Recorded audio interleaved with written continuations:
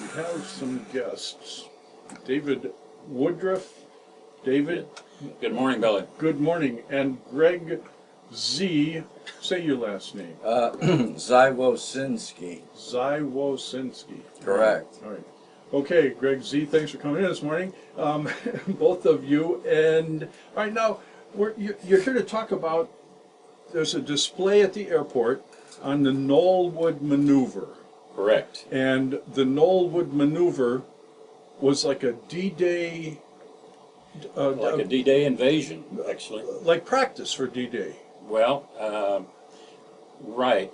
The way it came about, Billy, was early in World War II, the British and Americans invaded Sicily, an air and sea invasion. All right. The British, by that time, were using gliders. For the invasion of Sicily from the American side, it was the first combat jump of the 82nd Airborne Division. So Okay. both. All right. Wow. But So that was like the birth of the 82nd then, huh? well, it had started, but Yeah. First combat. the most significant part of it was the British used 137 gliders. Because of some high winds and dust, only 12 out of 137 actually landed on the target. Holy cow. 69 landed in the ocean, drowning 200 soldiers. Another 56 actually landed up to 60 miles away. So it was kind of a failure of the use of gliders by airborne troops. Now, the number of people that you said died, usually when you think of a glider, you think of one or two people in a glider, but apparently these gliders held a lot more than one or two people. The American gliders held 15. They had 2 pilots 15. and would hold 13 troops.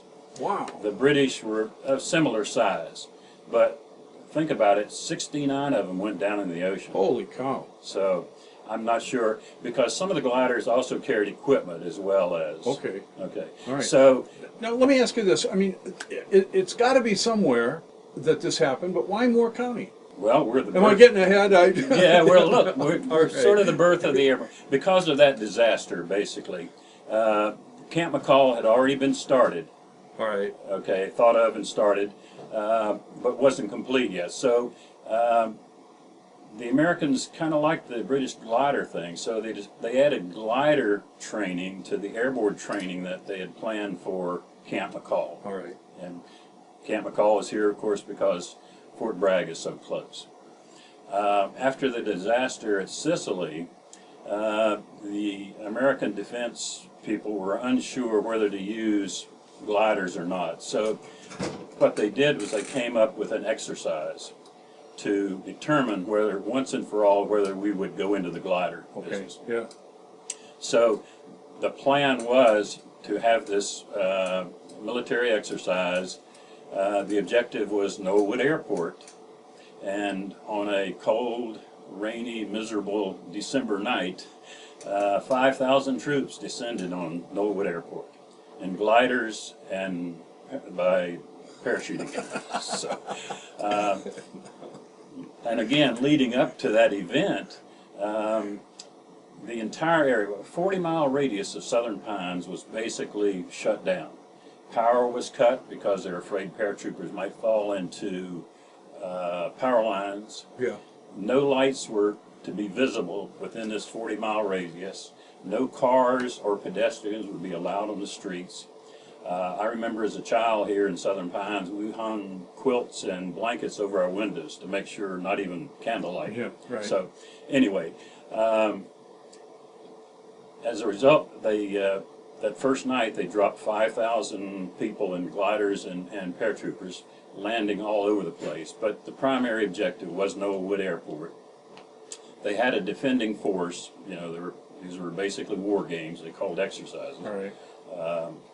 They took the airport without any problem. But then the next day they began dropping another 5,000 troops. So 10,000, around 10,000 in all, were used in the exercise. Okay, so this was well advertised. It wasn't like all of a sudden you looked up and went, "Holy cow, what's that?" No, it was Right? in the middle of Yeah. the night. They took off like All the right. 6th of December and coincidentally landed on the 7th of December, the anniversary of Pearl Harbor. And at that time, wasn't it common practice to seal up all your windows and everything with, to block light, or am I thinking of someplace else?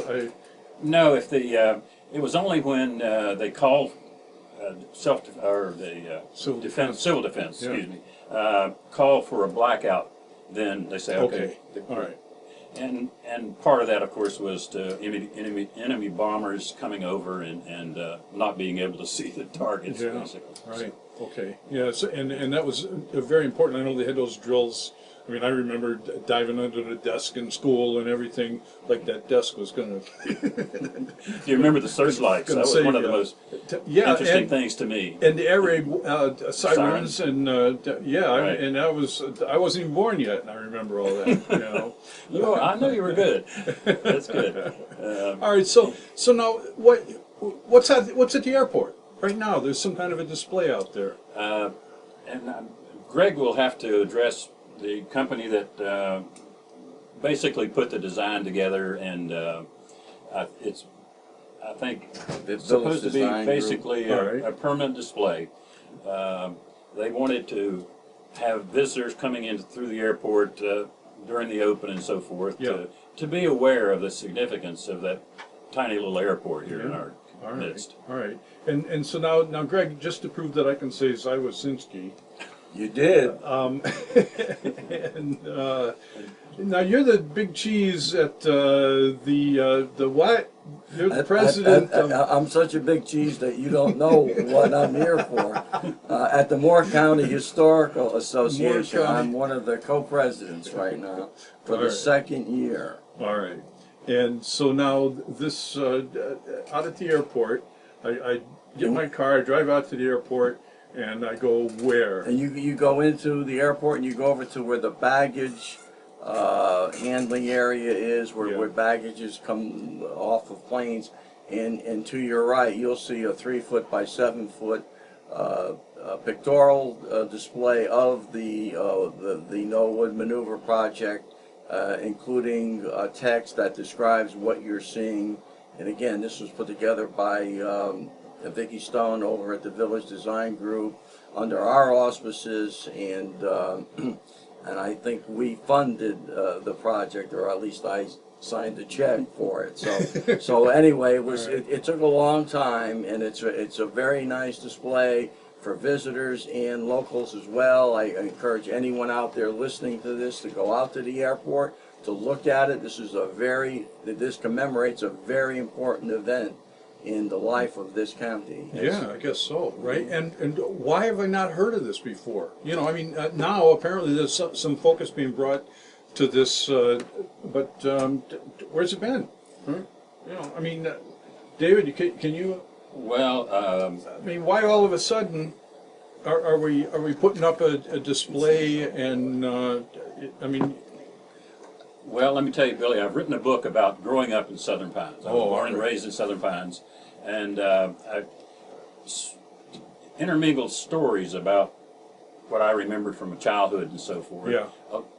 And interspersed with stories about Southern Pines, how Southern Pines, the town, came to be. okay. So this is one of the incidents that I remembered. It's a chapter in my book, which I'm going to give you a copy of here. Oh, wow.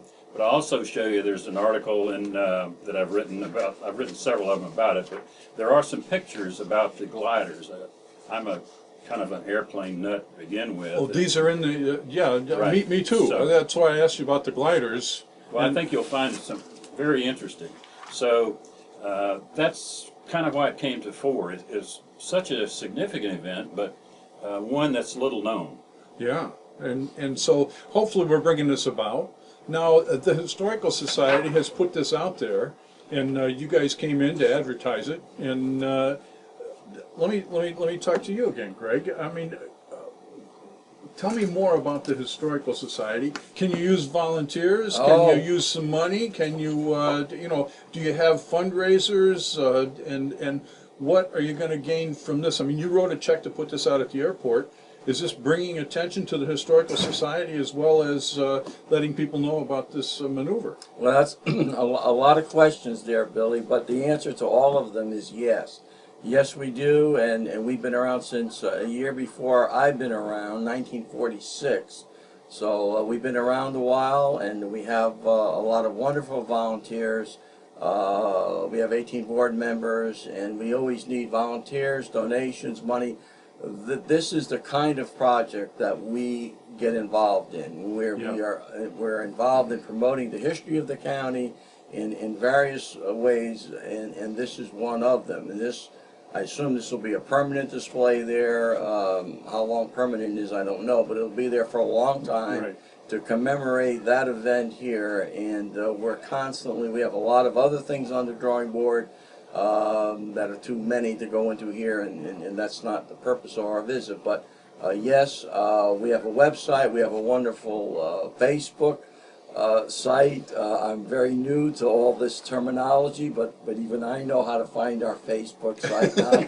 and everyone out there can look us up, and we're a growing and thriving organization, and we look forward to hearing from anyone who has any interest in the history of the county. What's your website?